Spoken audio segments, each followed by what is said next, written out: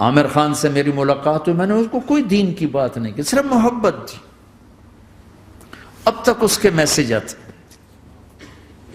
کہ میں زندگی میں کسی سے متاثر نہیں ہوا، تم پہلے آدمی ہو جس سے میں متاثر ہوں، میں نے کوئی جادو کیا، صرف محبت۔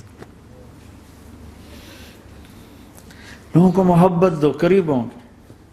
میں جب گیا بڑی مشکل سے اللہ نے، ملاقات کا کوئی راستہ ہی نہیں تھا، وہ مجھے نہیں جانتا تھا، میں اسے نہیں جانتا تھا، تو کوئی موقع نہیں مل رہا تھا ملاقات کا۔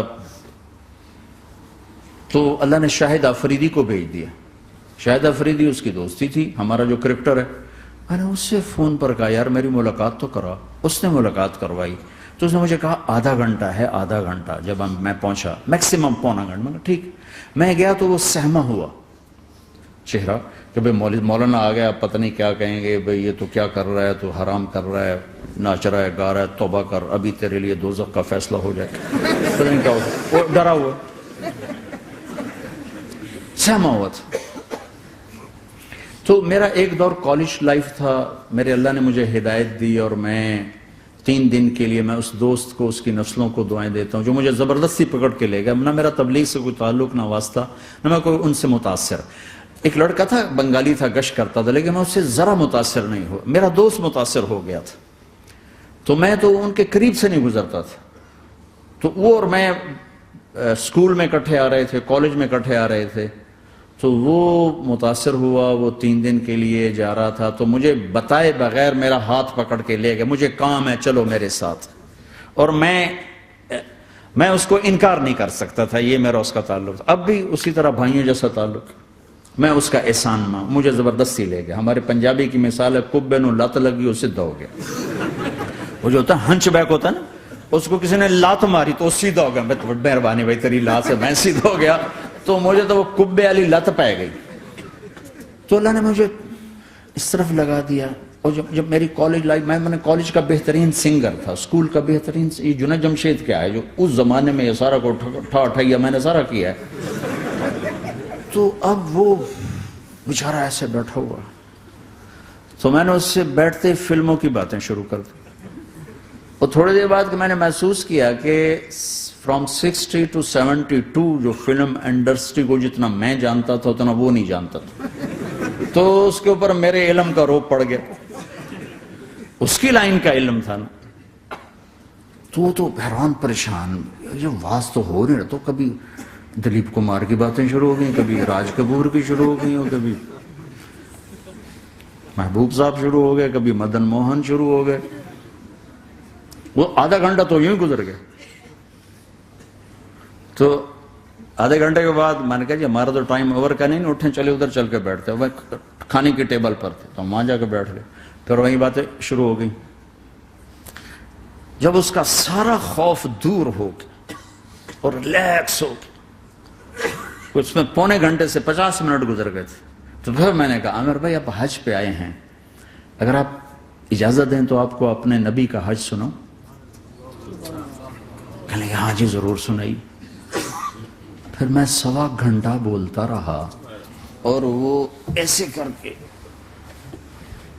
یہاں سے وہ یوں نہیں ہوا، 1.25 گھنٹہ ایسے بیٹھ کے یوں سنتا، ہلا نہیں اپنی جگہ سے۔ لوگ محبت کے بھوکے ہیں، تم فتوے دینا شروع کر دیتے۔ 2 گھنٹے کی ملاقات کے بعد جب ہم نکلے تو نیچے تک چھوڑنے آیا عامر خان۔ حج کے بعد میں نے کہا ایک ملاقات اور ہو جائے گا، ضرور ہوگی۔ پھر اس کا میسج آیا کہ میں مدینے چلا گیا ہوں، معذرت چاہتا ہوں۔ میں نے کہا میں مدینے آ جاؤں گا، میں مدینے پہلے ہو آیا تھا حج سے پہلے۔ تو اس نے کہا کہ آپ 14 تاریخ کو آ جائیں، 4 سے 6 کا ٹائم میں نے آپ کے لیے رکھا ہے۔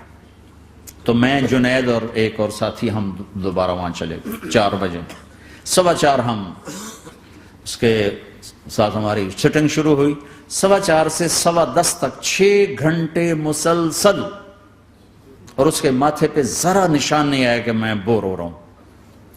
اور اس کے بعد ہم اٹھے، اس کا جی نہیں چاہ رہا تھا کہ ہم اٹھ کے چلے جائیں، محبت۔ پھر ایک امتحان پڑ گیا، میں اجتماع میں تھا رائمنڈ کے پچھلے سال، اس کا میسج آ گیا میری فلم تلاش آ رہی، اس کی کامیابی کی دعا کرو۔ چنگی بات، میں کہا اب کیا کروں، جواب دینا بھی ضروری، دعا بھی نہیں ہو سکتی، کیا کروں۔ تو جب وہ میسج آیا تو میرے سامنے کوئی 10-12 علماء بیٹھے تھے۔ میں نے کہا بھائی یہ میسج ہے، اس کا جواب، کہا جی یہ ہمارا فیلڈ نہیں تمہارا ہے، تو ہی جواب دے۔ میں سارا دن سوچتا رہا، مجھے کوئی جواب سمجھ میں نہیں آیا کہ جان بھی بچ جائے، جواب بھی چلا جائے۔ پھر اگلا دن بھی گزر گیا، مجھے کچھ سمجھ میں نہیں آیا۔ میں عصر کا وضو کر رہا تھا، ایک دم اللہ نے ایک مضمون دل میں ڈالا، تو میں نے فوراً بیٹھ کے اس کو میسج کیا کہ عامر بھائی، جو کریٹو ہوتا ہے نا ذہن، یہ اللہ کسی کسی کو دیتا ہے، تخلیقی ذہن یہ اللہ تعالیٰ کسی کسی کو دیتا ہے، ہر ایک کو نہیں دیتا، اور یہ اللہ کی بہت بڑی عطا ہوتی ہے۔ اور میں نے تمہارے ساتھ جو وقت گزارا اس میں نے دیکھا کہ اللہ نے تمہیں تخلیقی ذہن دیا ہے، تم کریٹر ہو۔ اور جو لوگ اس ٹائپ کے ہوتے ہیں وہ کامیابی ناکامی کی پرواہ نہیں کرتے، وہ اپنے کام سے کام رکھتے ہیں۔ آپ کا بھائی، تو فوراً اس کا میسج آیا، آپ ٹھیک کہہ رہے ہیں، آپ ٹھیک کہہ رہے ہیں۔ بات ہو گئی، پھر میں تھا ہانگ کانگ، میں نے وہاں سے اس کو میسج کیا، دیکھو کسی مصروف آدمی کو براہ راست فون نہ کیا کرو، میسج کیا کرو کہ میں آپ کو فون کر سکتا ہوں، چونکہ میں اس کا بہت ستایا ہوا، بہت ستایا۔ تو میں نے اسے میسج کیا کہ میں طارق جمیل ہانگ کانگ میں آپ کو فون کر سکتا ہوں، میں آپ کو فون کر سکتا ہوں۔ میں ہمیشہ اسے، اب بھی میرا فون پہ رابطہ ہے، میں پہلے اسے میسج دیتا ہوں میں آپ کو فون کر سکتا ہوں، اگر اس کا جواب نہ ہے پھر میں نہیں کرتا ہوں۔ کبھی وہ خود کر لیتا ہے، کبھی وہ میسج دے دیتا ہے کال کر لیں۔ تو تھوڑی دیر بعد اس کا فون آ گیا، کیونکہ میں اس وقت دلی میں ہوں، کانفرنس میں تھا، تو میں نے آپ کا میسج دیکھا تو میں اٹھ کے باہر آ گیا ہوں، ابھی آپ سے بات کر کے پھر میں جاؤں گا۔ تو اسے باتیں کرتے کرتے کہنے لگا آپ کی دعا سے میری فلم کامیاب ہو گئی۔ میں کہا یا اللہ میں کوئی نہیں کیتی تینوں۔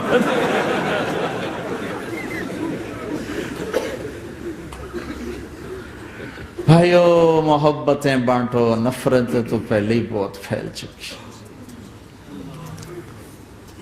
نشہ پلا کے گرانا تو سب کو آتا ہے، مزہ تو تب ہے کہ گردے کو تھام لے ساتھ۔